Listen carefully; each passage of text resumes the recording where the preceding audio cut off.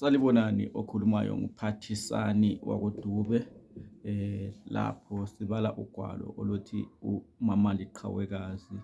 Ugwalo lolu-ke luqinisa abantu abangomama futhi lubabonisa ukuthi noma izimo zinjani bangagive up ngoba vele bona bayizimbokodo, futhi lubuya luveze amandla omuntu owesifazana. Lokho ngeke sikuphikise ukuthi omama balusizo kakhulu kulo mhlaba esiphila kuwo. Namhlanje-ke sikusahluko 4, isahluko sesine. UNakasibongiseni usemkulwini ulungiselela ukupheka indlabusihlwa. uMathuthu uyageza. Lukhale ucingo lukaNakasibongiseni elubambe esithi, "Hello, ngingakusiza ngani?" "Chachazi lami, phuma la ngasikothe, ingabe unjani?" Alidinge aliyiswele ukuthi ngelikabani ilizwi leli uNakasibongiseni akhulume esecasukile athi, "Lalela wena Xamu, nxa ungatsho ukuthi ngubani ngizaluvala ucingo lwami uswabe. Hawu wena omuhle, lokhu usayimbolo kanti. Ngiyaxolisa ukuthi ngasuka ngahamba okwejuba likaNowa waseBhayibhelini. Isimo saba sibi kakhulu, ngangingasebenzi eGoli kodwa khathesi sekulungile. Ngiyeza koBulawayo emalangeni ngifisa ukubona umntanami engamchiya esesiswini. Ngizwile amahungahunga athi wena sewenda. Wenda kanjani lo mntanami kodwa nozithelo? Themba, hlukana lami uyezwa. Wangichiya ngasala ngidubeka lo mthwalo wakho sibili. Kambe iminyaka 2 yonke ucabanga ukuthi uyabe esidlani lowo mntwana njalo egqokani? Khohlwa, umntanami uloyise omthandayo. Ungaphindi ungifonele futhi ngisemendweni ngoba ungaphikelela uzalala ubaliwe esijayele nxa." Asonge uNakasibongiseni kodwa ukhulumela phansi ukwenzela ukuthi kungafiki endlebeni zikaMathuthu. "Ngiyaxolisa phela sithandwa sami. Angithi ngichazile ukuthi izinto zazingahambi kuhle. Impilo kayilula ngale kukaNkulunkulu nxa ungasebenzi, kodwa sengikhona. Khohlwa ngokwenda. Yikudlala lokho. Ungowami ngedwa wena. Ngifunga umama uMadumane. Umfana wethu nguKhulani Khumalo. Uyakhumbula simetha igama esesiswini? Angondlelwa ngenye indoda mina sisi. Ilanga lingatshona empumalanga." Afunge agomele uThemba uNakasibongiseni useyinkukhu equnywe umlomo. uThemba aqhubeke athi, "Lalela. Imali yonke engilayo ebhanga ngayongela uKhulani. Konke lezi mota lezi yilifa lakhe ngoba nguye yedwa umntwana engilaye kulumhlaba." Ethuke uNakasibongiseni nxa esizwa eyemali lezi mota ngoba ezazela uThemba amgcina engumachayinyoka. Kulamule uMathuthu ephuma endlini yokugezela esevule amehlo esithi, "Nakasibo, wasuthetha kangaka sekutheni? Ngutholo kuhle osekuqalile futhi." "Nguthembekile baba. Uthi ufuna ukuzochiya umntanakhe lapha ngoba usesiya emsebenzini. Manje bengimchazela ukuthi lokhu akusoze kwenzeke ngoba lapha kusemzini wabanikazi. Angifuni abantu bangakithi bajwayele ukwenza umathanda, bengagcina bekweyisa."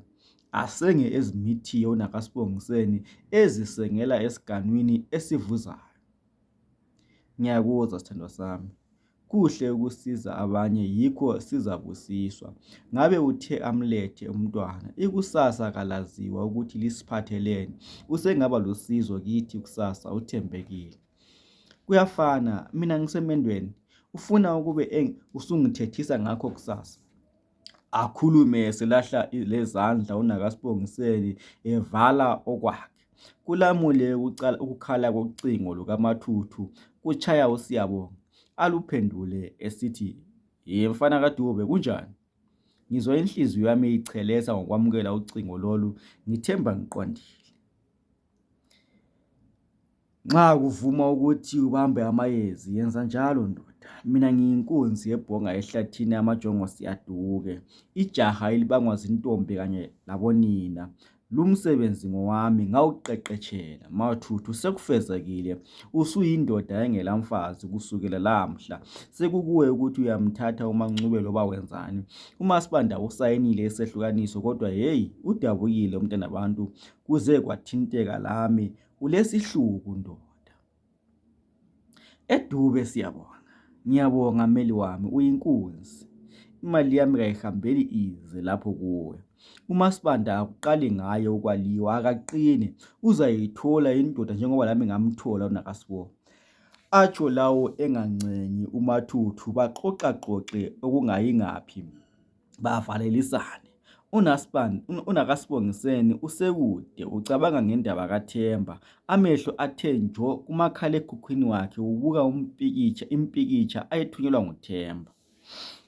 Mama kaSibongiseni usulele yini? Awuzizwa indaba ezimnandi okwethukela. Kusayinile phela kuMaSibanda kusasa.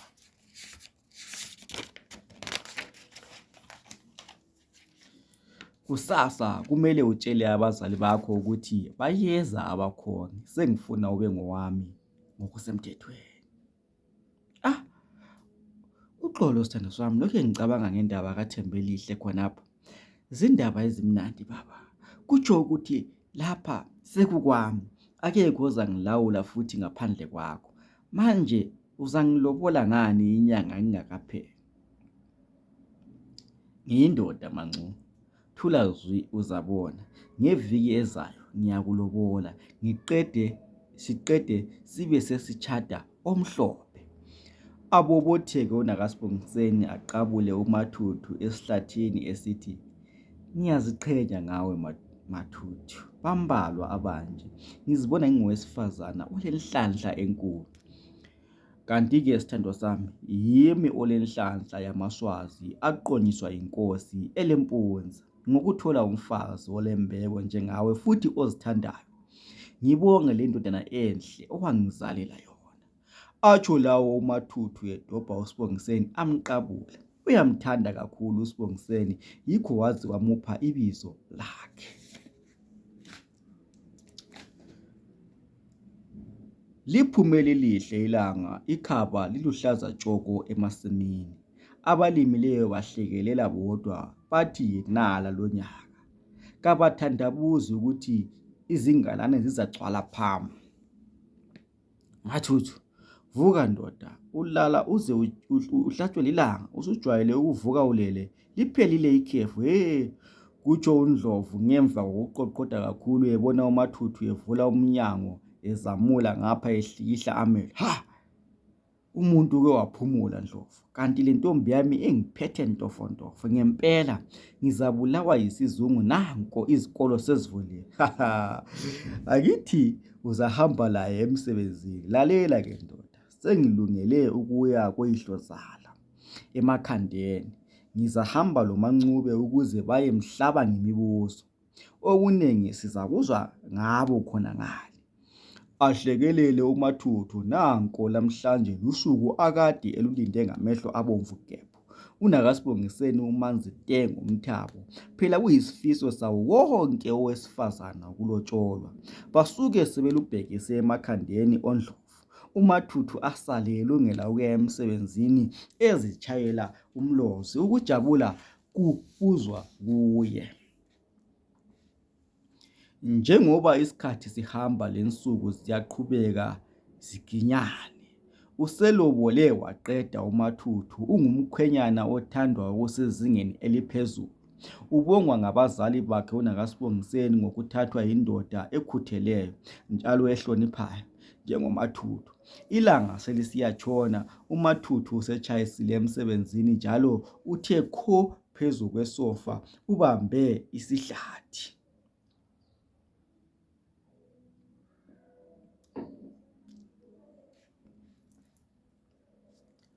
Mathuthu, ulele uhlezi yini? Khangela indodana yakho ezelwe yodwa ifuna ukudlala lawe kodwa uyayiziba. Kwenze njani kanti lamuhla? Ethuke kakhulu uMathuthu kube sengathi ube phakathi kwephupho.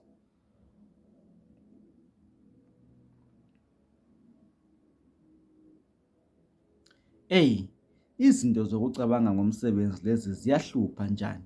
Khonapha ngicabanga kade ngikufundisa abantwana lamuhla ukuthi bengabe bekuzwisisile na. Abantwana laba bayiziqoqodo kakhulu, okunye uyathi ukufundisa kube sengathi kwephulele izigodo endlebeni. Futhi mathuthu, nxa ungikhangele ungifanisa loSibongiseni, angithi usungethela inganekwane uthi angikukholwa. Ngitshela khona manje ukuthi ucabangani. Nxa ungafuni ngiyahamba kithi, kuyacaca ukuthi ubuzicabangela abafazi bakho. Akhangele phansi uMathuthu eselenhloni, aqhubeke uNakaSibongiseni etshinga esithi, uzangitshela ukucabangayo Mathuthu yini, loba ngiphume ngiphele emzini wakho? Izithandwa zami, angisoze ngakhumbula omunye umfazi ngaphandle kwakho. Wena uyanganelisa futhi uyanakekela. Labozwekethu bangibuzile nxa izikolo zivulwa ukuthi kungani ngimuhle kangaka njalo ngizemukeni. Kuhle nxa ungasacabangi ngomfazi wakho owayekuphekela ingcekeza. Ngicela ungitshele okucabangayo sithandwa sami, ngingumsizi wakho mina. Nxa kukhona ukukhathaza wena, lami kufanele kungikhathaza. Uyabona, nxa usukhuluma kanje ntombi yakoNcube ungidabula ingaphakathi. Angifuni ukukubona uhawulisa.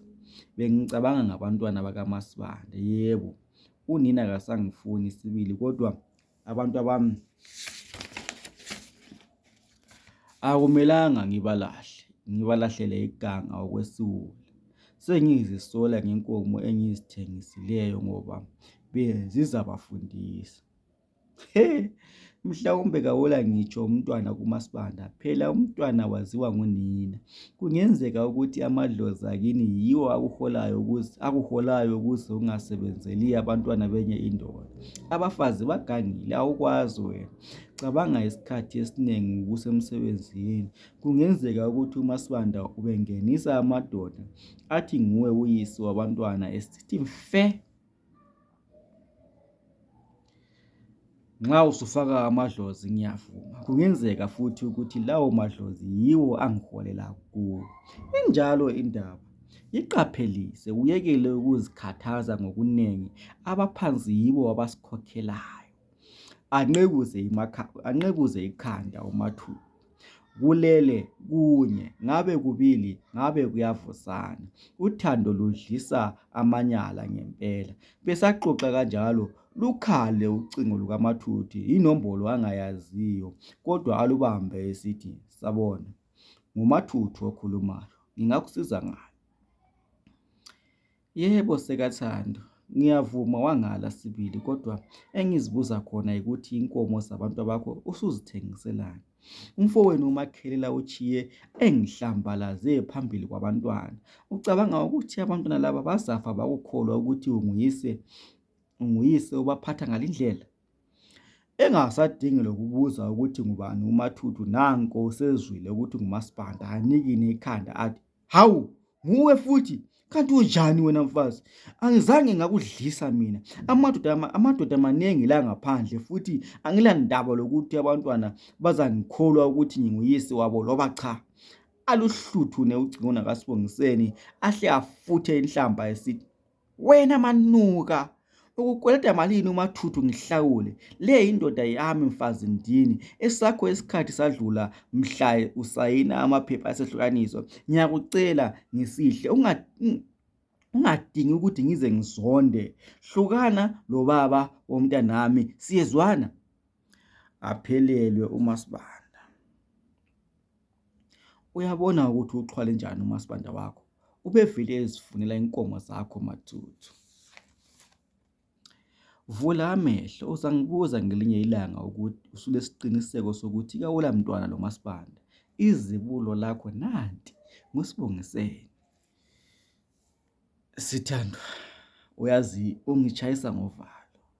Uzangenza ngiyebhula kubo siyazi, mhlawumbe bangangitshela iqiniso. Amoyizele uNakaSibongiseni, nanko yikho kanye akufisayo lokho.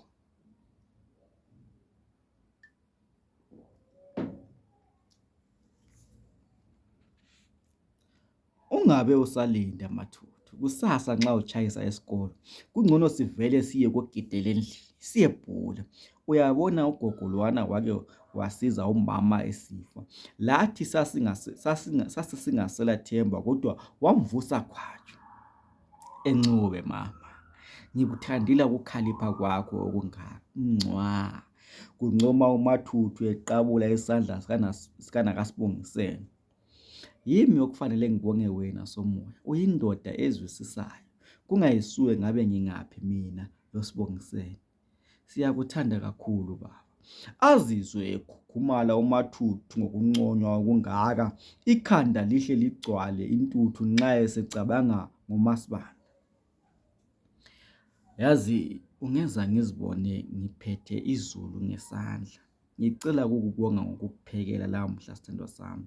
Ngifuna udle ukudla okuhloliweyo. Phela ngakuhambela esikolo ukupheka mina sithandwa sami. Kutsho uMathuthu esemi ngezinyawo, athi ngokuzwa lokhu nakasibongiseni athabe kakhulu. Usehlezi wathi peke esofeni ubukele isithandwa sakhe sesiyapheka. Kusenjalo uzwakala umuntu otshaya isango. Ngizavulela sithandwa, wena qhubeka ngokupheka. Usengakuphambanisa lo muntu ugcine upheka imboza. Asukume kunakasibongiseni ayekhangela athole kunguKhama osesangweni. Amvulele esithi, "Baba Khama, unjani? Usuhambe wabuya emaphandleni, lingaphi ihlobo?" "Sikhona Mancube, singabuza lani. Izimfe azikavuthwa mama, umumbu sesengamachaphazi. Kodwa sekuthembisa ngonhlolanja kusiya kumbimbitho uzabe usuvuthiwe wazasithumezela. Ungaphi ubaba walapha ekhaya?" Abuze sehlezi esofeni uKhama. "Hawu Khama mngani wami, ngiyakubona ngisapheka lapha emkulwini. Usuhambe wabuya ekhaya ndoda, manje wathola mklomelo bani ngokubikela uMaSibanda ukuthi sengilomfazi?" NguMathuthu ememeza esemkulwini. "Mathuthu, usupheka masinyane kangaka, usekudliseni unakasibongiseni. Phela angizange ngakuthola upheka usatshade uMaSibanda. Hawu ndoda, angizi ngeni ezasemzini wakho mina. Kuyikubika aluba ngabika kudala." "Hayi ngiyadlala mngani wami. Eyokupheka luthando Khama. Ngifuna ukubonisa umkami ukuthi akangidluli. KunguMaSibanda. KuMaSibanda kutsho ukuthi lwalungekho lolo thando.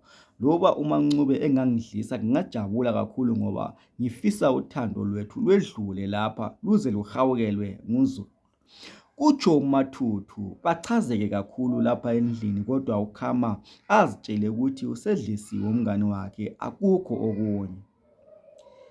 "Bengithi angidlule ngibingelela Masuthu ngikwazise ukuthi sengikhona. Kusasa ungatshayisa emsebenzini wakho udlule kwami." Atsho esesukumile uKhama. "Hawu ndoda, usuchiya ukudla? Ungakwenzi lokho Khama. Kumbe uzonda ukuthi kupheka mina? Hatshi, ngiqeda ukudla kosekasibhombo. Isisuzi ngadabuka futhi sekumnyama phandle. Uyakwazi lawe ukuthi ngiyakuthanda ukudla kwalapha ekhaya." Kuphendula uKhama. Baphelekezelane amkhiphe isango uMathuthu abuyele esegijima endlini ecabanga ukuthi uzatshisa ukudla. uKhama akalankani, ucabanga ukuthi atshayele umamathe ucingo amazise ngokuhlanya kwaMathuthu angakuqondisisi kahle. "Mathuthu, uyanonga sibili Somoya. Kade ngidelela, hashi uyabulala baba. Kusasa uzabotshwa kuphela." Aqhulule amehlo uMathuthu usethuswe ngelokuthi uzabotshwa kusasa. Abuze ngokumangala athi, "Hawu, ngizabotshelwani futhi Mancube?" "Awusethukanga Nkosi yami. Uzabotshelwa icala lokuthi ngizabe sengiziqume ulimi ngenxa yokudla kwakho." Kutsho uNakasibongiseni bahleke bethi nxa bengaqeda ukudla baye endlini yokulala njengoba sekusebusuku nje, kulalwe kubuswa. Isahluko sethu sesihlanu siphelela lapha. Ungakhohlwa ntambama sigijimela kusahluko sesithupha. Ngifuna ukuthi siluchaye lolu gwalo, ikakhulu nxa sithola isikhathi kanje sithi gaga siqede. Okhulumayo nguPhathisani Dube lapho sisizwa indoda engumathuthu lapho ke igoqwa ngumuntu wesifazane.